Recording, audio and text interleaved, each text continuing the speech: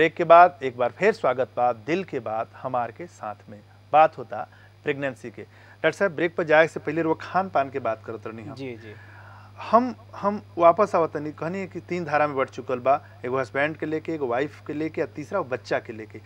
महिला जौन खाली उहे बच्चा के पास जाला। हम चलतनी वापस वो बच्चा पर हुआ चली कि बच्चा जौन गर्भ में बा वो कैसे रहेला, कैसे ऑक्सीजन लेला, कैसे भोजन लेला, ई थोड़ा सा बता दी। जी देखिए, बच्चा जौन बा वो माता के गर्भाशय से अटैच रहेला, तो जो भी ब्लड फ्लो बावे, जो माता से बच्चा में ब्लड जौन फ्लो होता है थ्रू अम्बिलिकल कॉर्ड जौन ओकर नाभि जौन कहल जाला, ओकरा से वो सारा खान पान जो भी मदर से जो न्यूट्रिएंट ओकरा लेवे के बा वो मदर से वो न्यूट्रिएंट बच्चा लेता। क्योंकि बच्चा बहुत सेल्फिश काइंड ऑफ होला। मदर चाहे खास, मदर चाहे मत खास, उसे ओकरा कोई मतलब नहीं है। जो भी हो जी स्टोर्ड मदर के अंदर बा ओकरा जितना भी रिक्वायरमेंट बा जो भी ग्रोथ के हिसाब से, लाइक शुरू में कम रहला, फिर धीरे धीरे जैसे ऑर्गन के और सारा डेवलपमेंट होला तो ज़्यादा न्यूट्रिएंट और एनर्जी की ज़रूरत बा। ऑक्सीजन जैसे मदर जो लेता रही बहुत इंपॉर्टेंट क्वेश्चन वापस है जी। वो कॉलर जुड़ल बनी। हेलो हेलो, सवाल सुन लो भाई साहब। हेलो हेलो, हाँ सवाल। हेलो हाँ जी डॉक्टर साहब जी, स्वागत है। सवाल पूछिए अपन। हाँ भाई, ये है कि लेडीज है उनकी ब्लीडिंग खत्म नहीं हो रही है। एक बार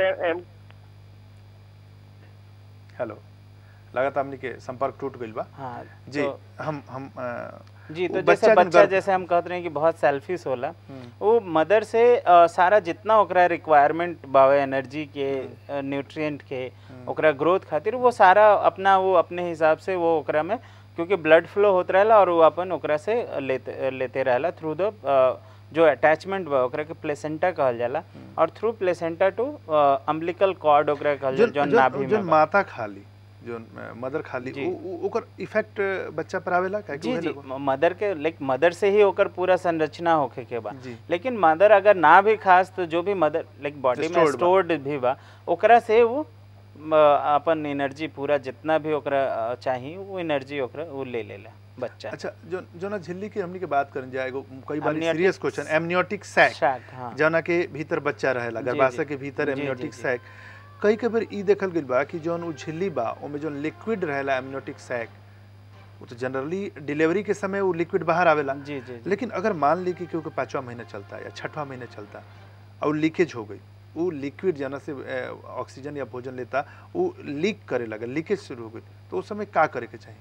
जी देखिए, अगर कोई भी अगर सिक्रीशन, इवन कोई भी इवन अगर इन्फेक्शन के कारण भी कभी वाइट डिस्चार्ज, क्योंकि ड्यूरिंग प्रेगनेंसी हो सकेला कि जो इन्फेक्शन लाइक जो कॉमनली वेजाइना में इन्फेक्शन होला वो चलते भी स्राव होला, वाइट डिस्चार्ज होला, तो उस समय या फिर अगर एमनियोटिक फ्लूइड या वो शैक अगर ओकरा में कोई लीकेज हो गई, ओकरो रीजन से फ्लूइड जौन बा वो बाहर आई, तो सीधे वहाँ के कंसल्ट करे के चाहिए, जो भी अपन ट्रीटिंग डॉक्टर चूज कैले बानी।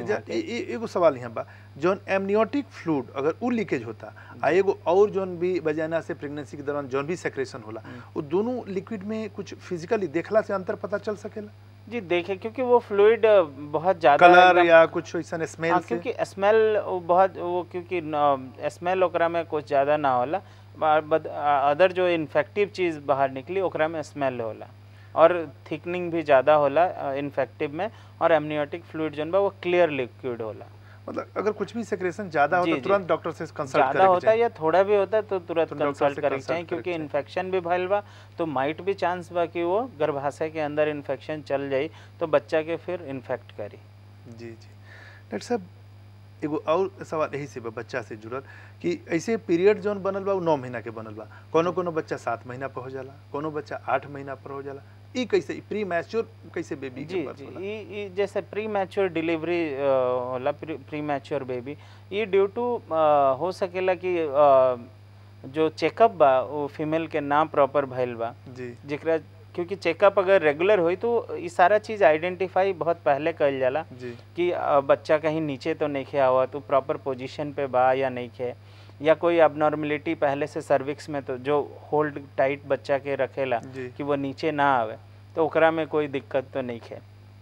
तो ये सारी चीज़ें पहले से ही देखल जाला, लेकिन कुछ वजह से मान ली कोई भी कारण से हो सकेला कि ड्यूरिंग एब्रप्टली सेक्स हो गए या कुछ भारी सामान हुआ के बहुत ज़्यादा एब्डोमिनल प्रेशर लगा दें, उससे पहले प्री मैच्योर डिलीवरी जी प्री मैच्योर डिलीवरी हो लेकिन जो बच्चा भइल मान ली 7वां महीना पर जो बच्चा भइल बा या 8वां महीना पर भइल बा उ का 9 महीना पर बच्चा भइल ओकरा से ओकरा कोनो मतलब डेवलपमेंट में कुछ रहेला कि ठीक 7 महीना के बच्चा स्वस्थ ना हुई या आगे ओकरा कोनो बीमारी हुई या कुछ ऐसा बा? जी देखिए आगे के तो बहुत, क्योंकि प्री मैच्योर डिलीवरी होता तो हर चीज़ जो भी ऑर्गन बा ओकर सिस्टम बा वो पूरी तरह से डेवलप ना हुई।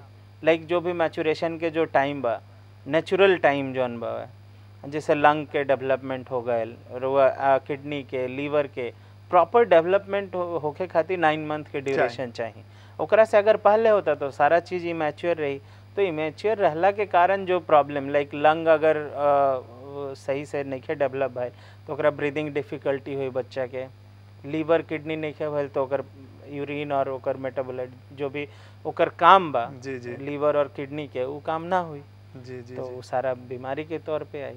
मतलब 7 महीना 8 महीना के बच्चा अच्छा ना माना जाएगा ना, प्री टर्म बच्चा या ओकर वेट कम बा वो बच्चा अच्छा ना मानल जा सकेला। जी लेकिन अब जोन आज के जोन दौर में सारा जोन एडवांस टेक्नोलॉजी के कारण अब अप टू 28 वीक के बाद ऐसे बाहर मतलब वेस्टर्न में 24 वीक के बाद बच्चा के ओकरा के स्वस्थ धीरे धीरे ओकर सारा चीज़ जोन अंदर यूट्रस के अंदर जौन ओकरा मिला था वो चीज़ बाहर से सप्लीमेंट कल जा सकेला। लेकिन इंडिया में अभी भी 28 वीक के बाद जो भी बच्चा लाइक 7वां महीना के बाद अगर जो भी बच्चा होता ओकरा के स्वस्थ बनावल जा सकेला और ओकर जो लाइफ बा वो ठीक से डॉक्टर साहब कर सकेला। प्रेगनेंसी पर बहुत बातचीत करे के बाद हमने के समय अब नहीं खे इजाज़त नहीं खे देत।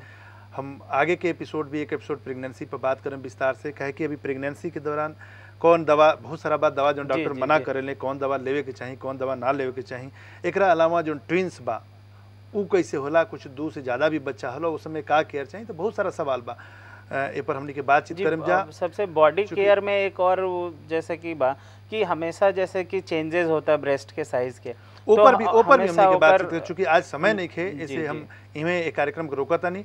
हमने के आज बात करते नहीं जा प्रेगनेंसी पर, बातचीत पूरा भइल नहीं खे, आगे के एपिसोड में हम फिर से प्रेगनेंसी पर बात करें।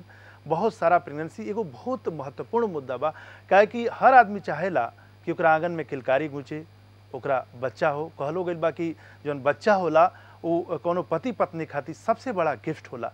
औरत खातिर भी कहल गइल बा कि जौन मातृत्व बा, महतारी बनल बा, माँ बनल बा, ये ओकरा खातिर सबसे बड़ा वरदान बा। वो नारी जीवन के चरमोत्कर्ष मानल जाला, सबसे जौन पीक पॉइंट मानल जाला, सबसे अच्छा चीज़ मानल जाला। ते पर हमने के विस्तार से बातचीत करें जा। अभी समय हो गई बा, दी अपना दोस्त मनोज भाऊ की विदा। नमस्कार।